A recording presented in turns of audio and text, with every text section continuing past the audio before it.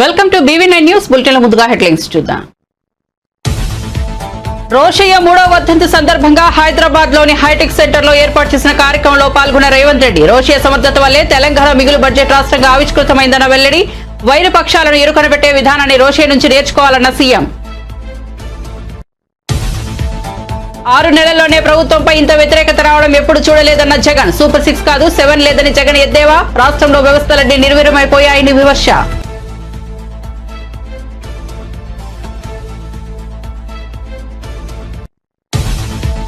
నాలుగేళ్ల తర్వాత తెలంగాణ తల్లి సరైన స్థానంలో ఉంటుందన్న కేటీఆర్. రాజీవ్ విగ్రహం పెట్టిన చోటే తెలంగాణ తల్లి నిఠారుగా నిలబడుతుందని వ్యాఖ్య. కేసీఆర్ మీద కోపంతో తెలంగాణ తల్లి రూపాన్ని మారిస్తే చరిత్ర క్షమించదన్న కేటీఆర్. మహారాష్ట్ర సీఎంపై వీడిన suspense. BJP core committee meeting లో ఫడ్నవీస్ ఎన్నిక. ముంబైలోని ఆజాద్ మైదాన్ లో ప్రమాణ స్వీకారం అధికారికంగా ప్రకటించనున్న బీజేపీ.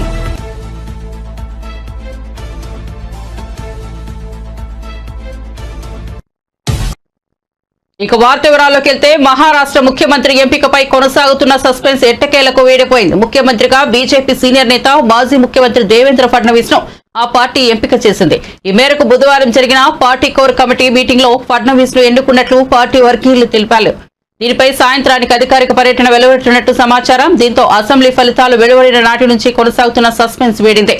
గురువారం ముంబైలోని ఆజాద్ మైదాన్ లో ఫడ్నవీస్ మహారాష్ట్ర ముఖ్యమంత్రిగా ప్రమాణ స్వీకారం చేయనున్నారు.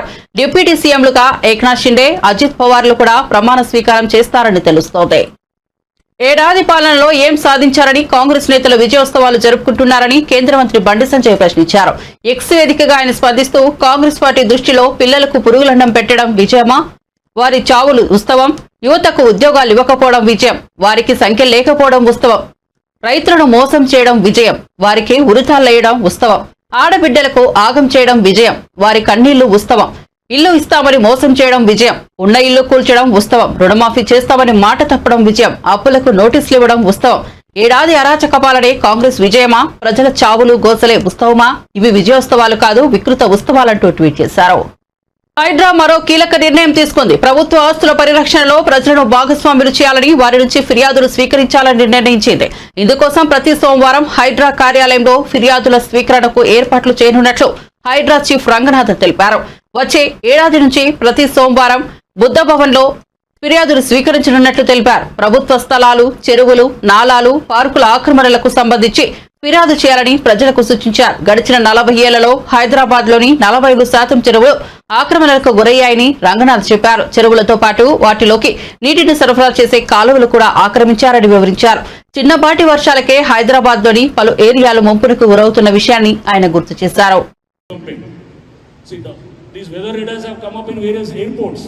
If you see in Delhi, there was weather this radars are there. One is Safdarjung and another one is Palam Airport, right? So now some are being added. So historically, the Doppler weather radars were located in the airports. Here also we have a Doppler weather radar at Begumpet Airport. So we requested the DG also that we should see the weather radars work on the principle of line of sight and various other things also. So assessing a tropical cyclone is easy by a weather radar because you have a very clear line of sight of 500 kilometers. But predicting rainfall in urban setting with a weather radar is quite difficult because there's a lot of vagaries associated with a smaller amount of area. So we need to have more infrastructure to have a better prediction. And once the infrastructure is more, and when the other features like lakes and streams are they are properly revived, which we are on that path. We have now taken a few lakes and we have started revival of such lakes. And once these are done, then probably we have the main problem is the disaster, urban flood. That is a major problem. So we are trying to put our efforts in mitigating this particular rainfall related, low intensive rainfall related disasters. So I think I've taken much of your time, sir. So with this I will conclude. And Hydra has just started its journey, and surely and steadily we are on the path of responding, as a better responder in times of disaster management or in respect to disaster management, most specifically to the city of Hyderabad. Thank you. కూటమి ప్రభుత్వంపై YCP అధినేత జగన్ విమర్శలు గుప్పించారు. ప్రభుత్వంపై ప్రజల్లో విపరీతమైన వ్యతిరేకత ఉందని ఆయన అన్నారు. ప్రభుత్వం ఏర్పాటైన 6 నెలల వ్యవధిలోనే ఇంత వ్యతిరేకత రావడం ఎప్పుడూ చూడలేదని చెప్పారు. సూపర్ 6 లేదు, 7 లేదని కూటమి నేతలను ప్రజలు ఎక్కడికక్కడ ప్రశ్నిస్తే పరిస్థితులు వచ్చాయని అన్నారు. తాడేపల్లిలో పార్టీ ప్రధాన కార్యదర్శులు, జిల్లాల అధ్యక్షులతో నిర్వహించిన సమావేశంలో మాట్లాడుతూ ఆయన ఈ వ్యాఖ్యలు చేశారు. రాష్ట్రంలో వ్యవస్థలన్నీ నిర్వీర్యం అయిపోయాయని జగన్ అన్నారు. ఫీజు రీయింబర్స్మెంట్ పెండింగ్ లో ఉందని, జనవరి వస్తే 2,800 కోట్లు పెండింగ్ అవుతుందని చెప్పారు. వసతి దీవెనకు 1,100 కోట్లు పెండింగ్ లో ఉందని అన్నారు. 9 నెలలుగా ఆరోగ్యశ్రీ బకాయిలు ఉన్నాయని చెప్పారు. 4 నెలలుగా 104, 108 ఉద్యోగులకు జీతాలు ఇవ్వడం లేదని అన్నారు. రాష్ట్ర వ్యాప్తంగా ఉన్న అన్ని కలెక్టర్ల అన్ని జిల్లాల్లోనూ రైతుల తరపున వైఎస్ఆర్సీపీ రైతులకు సంబంధించిన ప్రధానమైన అంశాలు, ధాన్యం సేకరణలో రైతన్నలకు జరుగుతా ఉన్న అన్యాయాన్ని ప్రశ్నిస్తూ,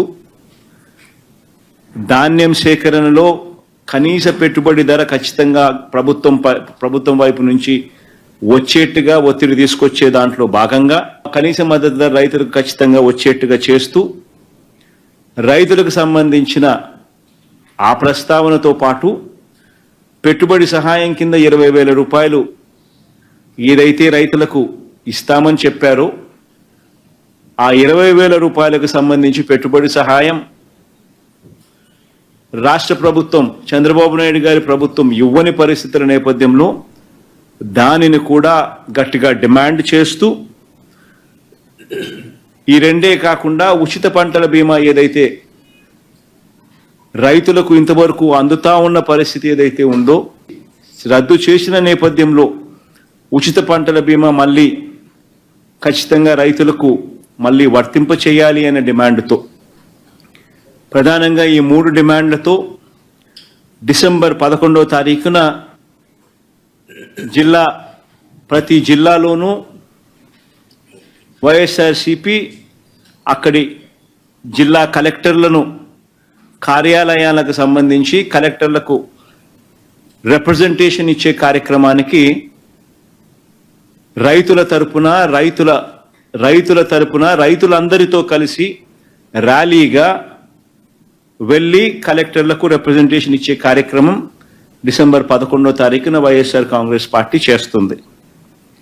అదేవిధంగా డిసెంబర్ 27వ తారీఖున రాష్ట్ర ప్రభుత్వం, చంద్రబాబు నాయుడు గారి ప్రభుత్వం ఏదైతే కరెంటు ఛార్జీల బాదుడు కార్యక్రమం ఏదైతే చేసిందో, ఎన్నికలప్పుడు తాను కరెంటు ఛార్జీలు తగ్గిస్తాను అని చెప్పి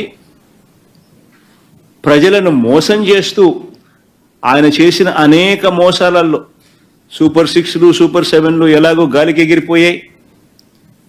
ఆ కార్యక్రమం అనేది గాలికి ఎగిరిపోయి ఈ బాదుడు కార్యక్రమం చంద్రబాబు నాయుడు గారు తీసుకొచ్చిన ఈ నేపథ్యంలో కరెంటు ఛార్జీలు తగ్గకపోగా కరెంటు ఛార్జీలు బాదుడు పేరుతో పెంచిన నేపథ్యంలో ప్రజల తరపున పెంచిన ఈ కరెంటు ఛార్జీలను తగ్గించమని చెప్పి పెంచబోయే ఈ కరెంటు ఛార్జీలను జనవరి మాసంలో ఇంకా ఫర్దర్గా పెంచబోయే ఈ కరెంటు ఛార్జీలను ఇంకా ఫర్దర్గా తగ్గించమని చెబుతూ, రేవంత్ రెడ్డి నువ్వెన్ని కథలు పడ్డా 4 ఏళ్ల తర్వాత తెలంగాణ తల్లి సరైన స్థానంలో ఉంటుందని బీఆర్ఎస్ వర్కింగ్ ప్రెసిడెంట్ కేటీఆర్ అన్నారు. రాహుల్ గాంధీ తండ్రి రాజీవ్ గాంధీ విగ్రహాన్ని ఎక్కడైతే పెట్టారో అక్కడ తెలంగాణ తల్లి ఖచ్చితంగా నిఠారుగా నిలబడుతుందన్నారు. తెలంగాణ భవన్ లో ఏర్పాటు చేసిన మీడియా సమావేశంలో మాట్లాడుతూ మూర్తి భవించిన స్త్రీగా తెలంగాణ తల్లిని కేసీఆర్ రూపొందించారన్నారు. కానీ కేసీఆర్ మీద కోపంతో తెలంగాణ తల్లి రూపాన్ని మారిస్తే చరిత్ర క్షమించదని హెచ్చరించారు. అధికారం ఎవరికీ శాశ్వతం కాదని గుర్తించుకోవాలన్నారు. నాడు ఇందిరాగాంధీ ప్రతిష్ఠించిన భారతమాత రూపాన్ని వాజ్పేయి అధికారంలోకి వచ్చాక మార్చలేదన్నారు. దేశంలో ఎన్ని చోట్ల అధికార మార్పిడి జరిపినప్పటికీ ఆయా రాష్ట్రాల విగ్రహాల రూపును మార్చలేదన్నారు. కాదు, అసలు వీళ్ళకు పరిపాలన వస్తుందా, తెలంగాణలో అంత సీనుందా అని మాట్లాడిన వాళ్ళందరూ నోర్లు మూయించే విధంగా ప్రగతి శిఖరాలను అందుకున్నది తెలంగాణ కేసీఆర్ గారి నాయకత్వంలో. విఫల రాష్ట్రం అవుతుందని చెప్పి పిల్లి శాపాలు పెట్టిన సన్నాసుల దీని ప్రకారం డెవలప్మెంట్ ఎక్స్పెండిచర్ అంటే అభివృద్ధి పనుల మీద పెట్టే వ్యయం రూపాయి ఉంటే ఎంత, తెలంగాణలో మేము చేసిన మొత్తం నికర ఖర్చులో 10 ఏళ్లలో అభివృద్ధి కోసం పెట్టిన ఖర్చు 74%. 74% is development expenditure. This is the highest in the country for any state. ఇది మూర్ఖులకు, ఇక్కడ ఉండే సన్నాసులకు, కాంగ్రెస్ సన్నాసులకు తెలియకపోతే మేము చేయగలిగింది నేను చదువుకోవాలి. మా లెక్క కాదు, సోషియో ఎకనామిక్ సర్వే లెక్క ఇది. చదువుకోండి, కాపీ లేదంటే నేను పంపిస్తా. 100 రూపాయలు ఖర్చు పెడితే 74 రూపాయలు డెవలప్మెంట్ మీద ఖర్చు పెడితే దాన్ని తప్పులు మాట్లాడితే ఏమనాలి మిమ్మల్ని నేను? అదేవిధంగా committed expenditure as percentage of revenue receipts, అంటే రాష్ట్రానికి వచ్చే ఆదాయంలో ఉద్యోగుల జీతభత్యాలు, అప్పులు, పెన్షన్లు ఇవన్నీ తీసేస్తే ఎంత మిగులుతుంది అని చెప్పే లెక్క. అగో దాని ప్రకారం తెలంగాణకు వచ్చిన ప్రతి రూపాయి ఆదాయంలో జీతాలకు, భత్యాలకు, పెన్షన్లకు, వడ్డీలకు పోయేది కేవలం 47 పైసలు. మిగతా 53 పైసలు బ్రహ్మాండంగా మీకు అభివృద్ధి కోసం అందుబాటులో ఉంది. దేశంలో అతి తక్కువ కమిటెడ్ ఎక్స్పెండిచర్ ఉన్న రాష్ట్రాలలో తెలంగాణ ఒకటి. ఇది అక్షర సత్యం. ఇది not my report, socio economic survey. 47 పైసలు పోతే ఇంకా 53 పైసలు మిగులుతాయి కదా, అందుబాటులో ఉన్నాయి కదా, చేతనైతే ఖర్చు పెట్టచ్చు కదా. ఆ తెలివి లేదు. నోరు బారేసుకోవడం, పనికి మళ్ళీ కారు కూతలు కోయడం, ఇంకా మళ్ళీ మీదికెళ్ళి చిల్లర మాటలు. మాకు ఉన్నదంతా వడ్డీలు కడుతుంది పోతుంది, జీతాలకే పోతుంది, పెన్షన్లకే పోతుంది. అది కూడా మీకు తెలవాలి. దయచేసి నేను పత్రికా మిత్రులను కూడా కోరుతా ఉన్నా, వాళ్ళు ఏ సొల్లు పడితే ఆ సొల్లు వాగితే మీరు అదో బైబిల్లో స్క్రిప్చర్ అన్నట్టు లేకపోతే ఇంకోటి అన్నట్టు మీరు రాయడం చాలా దారుణం. యాజ్ ఇట్ ఈస్ ప్రచురించడం, ఫ్యాక్ట్ చెక్ చేయకుండా చాలా చాలా దారుణం. దయచేసి నేను చెప్పే దాంట్లో కూడా తప్పుంటే ప్లీజ్ ఫ్యాక్ట్ చెక్. వాళ్ళు చెప్పే దాంట్లో తప్పున్నా ఫ్యాక్ట్ చెక్ చేయండి. ఆపోజిషన్ చెప్పేదైనా పట్టించుకుంటలేడు, టైం ఇస్తలేడు, నాశనం చేస్తాడు. ఉన్న తల్లి కూడా అంతే. కితాన తల్లి ఎన్ని పిచ్చి పనులు చేసినా సెక్రటేరియట్ ముందట 4 ఏళ్ల తర్వాత ఉండేది రాహుల్ గాంధీ తండ్రి విగ్రహం కాదు, తెలంగాణ తల్లి విగ్రహమే ఉంటుంది. నెంబర్ 1. తెలంగాణ తల్లి కూడా ఈయన తీసుకొచ్చినట్టు ఇవాళ తలసరి ఆదాయంలో భారతదేశంలో అగ్రభాగాన ఉన్న రాష్ట్రం తెలంగాణ. ఈ రాష్ట్రానికి తల్లి కూడా అంతే బ్రహ్మాండంగా ఒక ఆస్పిరేషనల్ చిహ్నంగా ఉండాలి, ఐకన్గా ఉండాలి. అంతేగాని పేదరికం తాండవించేటట్టు ఉండాలని ఆయన కోరుతున్నాడు. మేమేమో తెలంగాణ ప్రజలు చూడంగానే గర్వపడే విధంగా, ఒక దేవతను చూడంగానే చేతులెత్తి మొక్కాలనిపించే విధంగా ఉండాలని మేము అంటున్నాం. కాబట్టి ఆయన ఏం చేసుకున్నా జరగాల్సింది జరుగుతుంది. 4 ఏళ్ల తర్వాత మీరు చూస్తారు. హరీష్ రావు గారి మీద పెడతడమే కాదు, ఇవాళ రాష్ట్రంలోని మా నాయకత్వం మొత్తం మీద కేసులు పెట్టే ప్రయత్నం చేస్తారు. అదాని ముడుపుల వ్యవహారంలో ఎఫ్బీఐ ఛార్జ్షీట్ లో తన పేరు లేదని చెప్పి జగన్ అతి తెలివి ప్రదర్శించారని కాంగ్రెస్ పార్టీ ఏపీ అధ్యక్షురాలు వైఎస్ షర్మిల విమర్శించారు. అలా మాట్లాడడం జగన్ వెర్రితనమని షర్మిల ఎద్దేవా చేశారు. తాను వ్యక్తిగత విషయాలను మాట్లాడుతున్నానని వైఎస్ఆర్సీపీ నేతలు ఆరోపిస్తున్నట్లు చెప్పారు. తాను అలా మాట్లాడితే వైఎస్ఆర్సీపీ నేతలెవరూ ఇంటి నుంచి కాలు సైతం బయట పెట్టలేరని చెప్పారు. 2021లో ఉన్న ముఖ్యమంత్రి గారికి 1750 కోట్ల రూపాయలు లంచం ఇచ్చారని అక్కడ వాళ్ళు కేసులు పెట్టి ట్రయల్ కూడా మొదలు పెడుతున్నారు.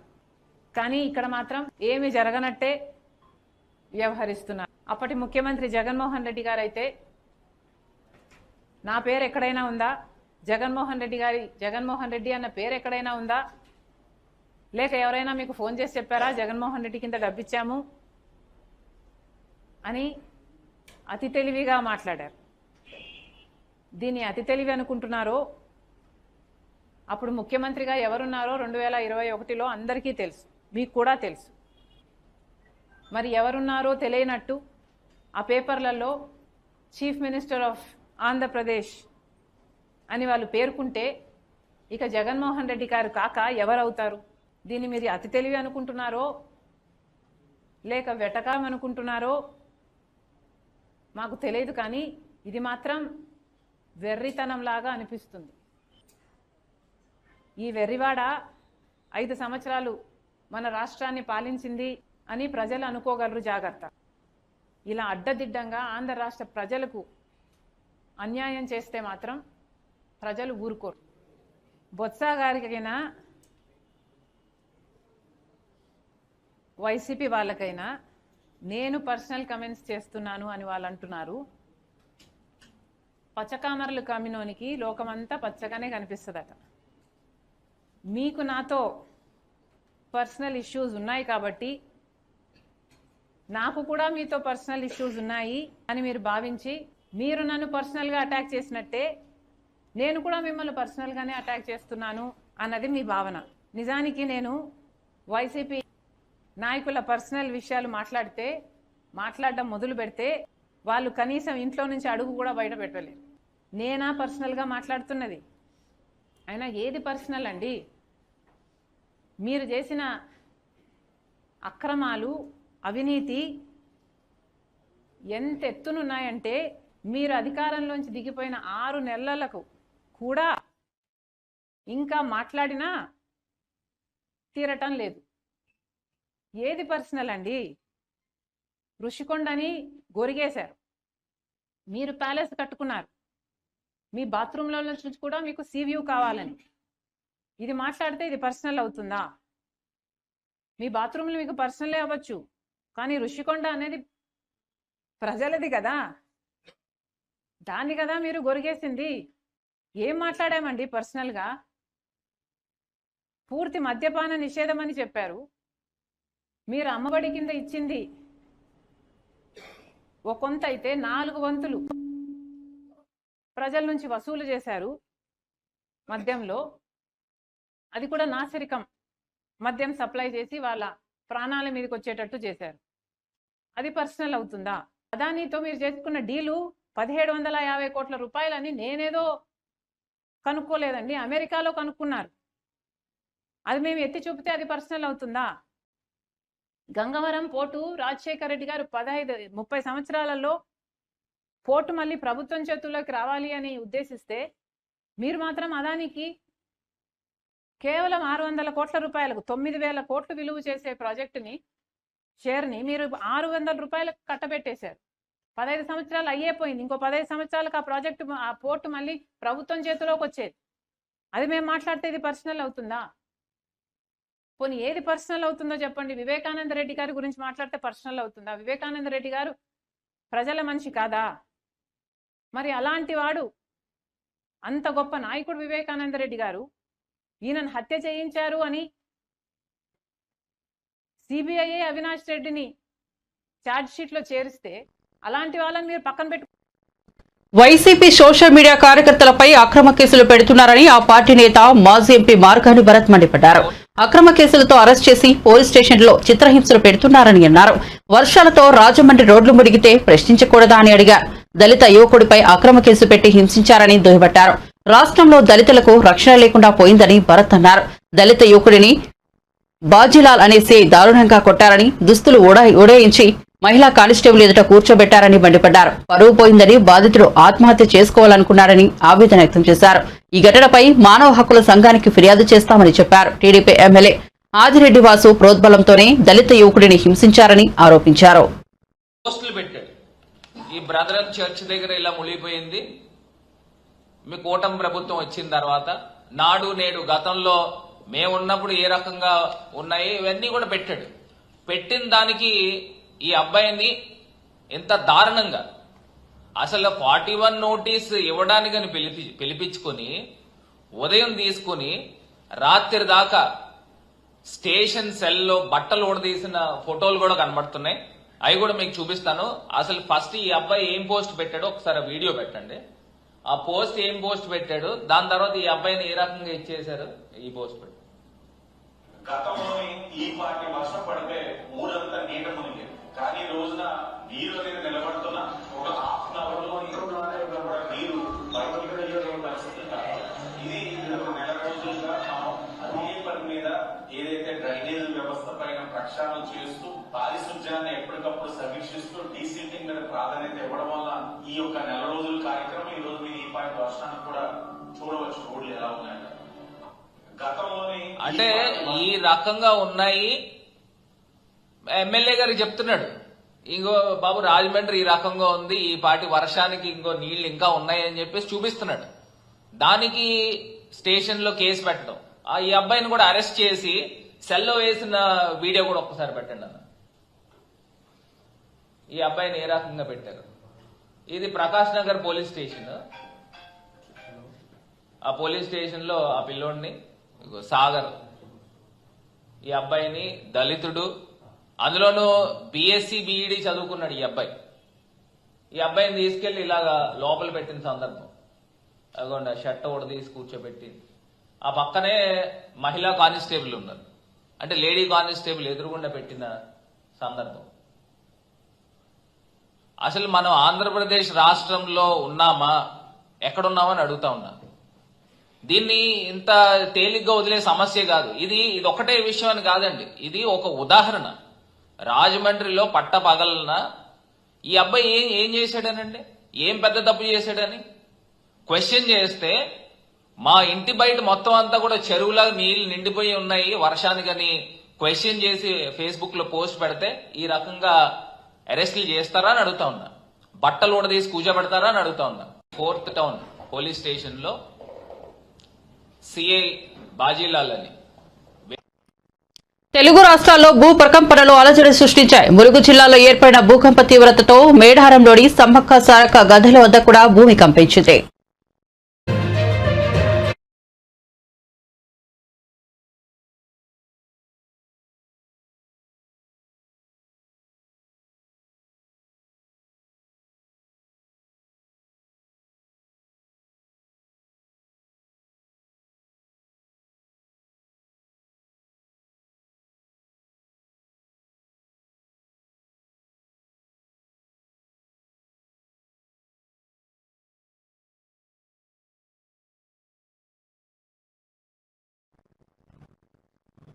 తెలంగాణ వ్యాప్తంగా ఉమ్మడి ఖమ్మం, రంగారెడ్డి, వరంగల్, కరీంనగర్, జనగామ, పెద్దపల్లి, మహబూబాబాద్ జిల్లాల పరిధిలో భూ ప్రకంపనలు వచ్చాయి.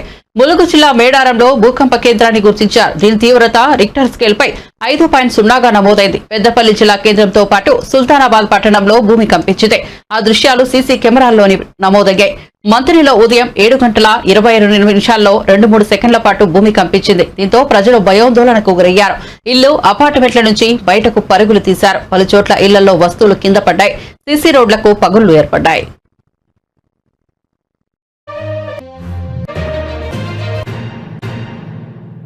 మధ్యలో ఒక్కసారి ఉడిపి హోటల్ నుంచి గోళ్ళని బడబడానికి కింద పడ్డాయి.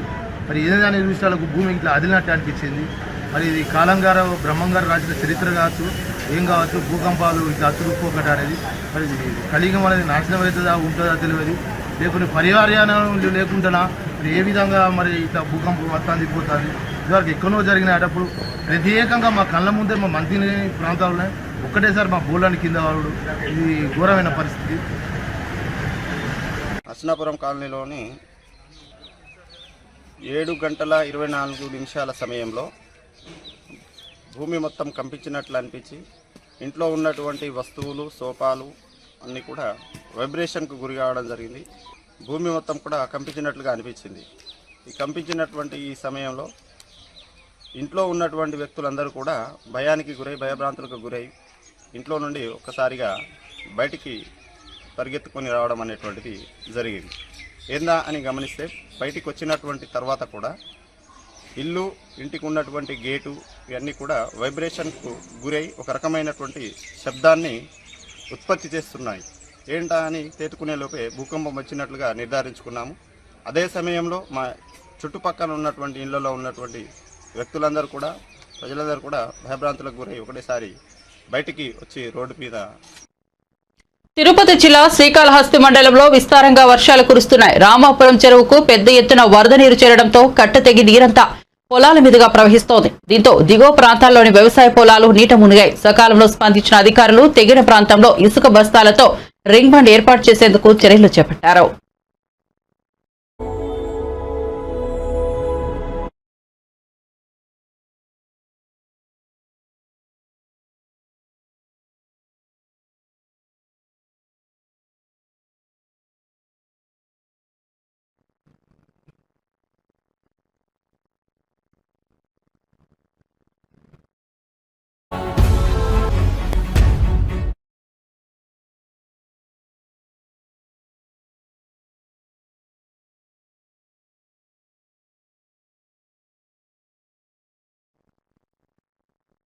సినీ హీరో కిరణ్ అబ్బవరం విజయనగరంలో సందడి చేశారు. నగరంలోని ఓ షాపింగ్ మాల్ వార్షికోత్సవ కార్యక్రమానికి ఆయన ముఖ్య అతిథిగా హాజరయ్యారు. కిరణ్ ను చూసేందుకు అభిమానులు పెద్ద ఎత్తున తరలి వచ్చారు. కేరింతలు కొడుతూ ఆయనతో సెల్ఫీలు దిగేందుకు పోటీపడ్డారు. కా సినిమాని హిందీలో విడుదల చేసేందుకు సన్నాహాలు జరుగుతున్నాయని కిరణ్ చెప్పారు.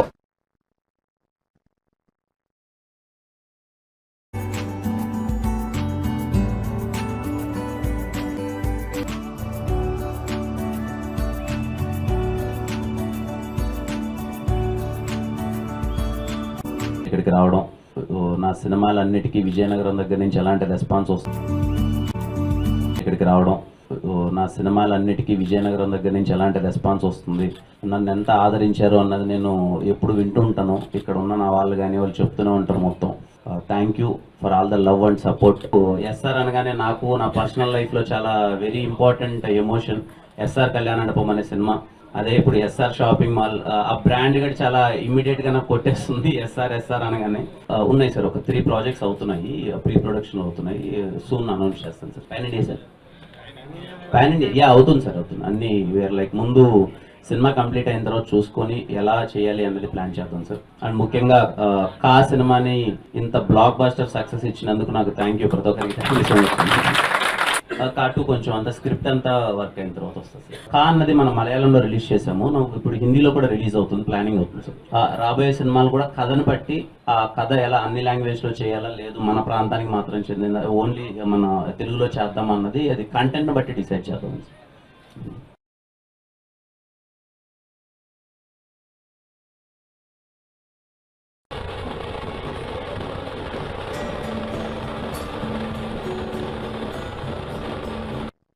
బులెటిన్ ముగించే ముందు హెడ్లైన్స్ మరోసారి చూద్దాం.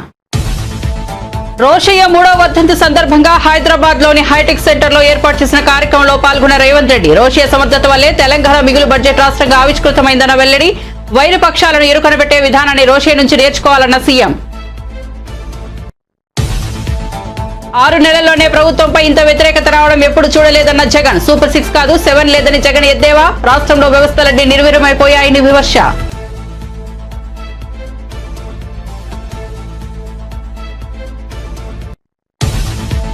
నాలుగేళ్ల తర్వాత తెలంగాణ తల్లి సరైన స్థానంలో ఉంటుందన్న కేటీఆర్. రాజు విగ్రహం పెట్టిన చోటే తెలంగాణ తల్లి నిఠారుగా నిలబడుతుందని వ్యాఖ్య. కేసీఆర్ మీద కోపంతో తెలంగాణ తల్లి రూపాన్ని మారిస్తే చరిత్ర క్షమించదన్న కేటీఆర్. మహారాష్ట్ర సీఎంపై వీడిన suspense. BJP core committee meeting లో ఫడ్నవీస్ ఎన్నిక. ముంబైలోని ఆజాద్ మైదాన్ లో ప్రమాణ స్వీకారం అధికారికంగా ప్రకటించనున్న బీజేపీ.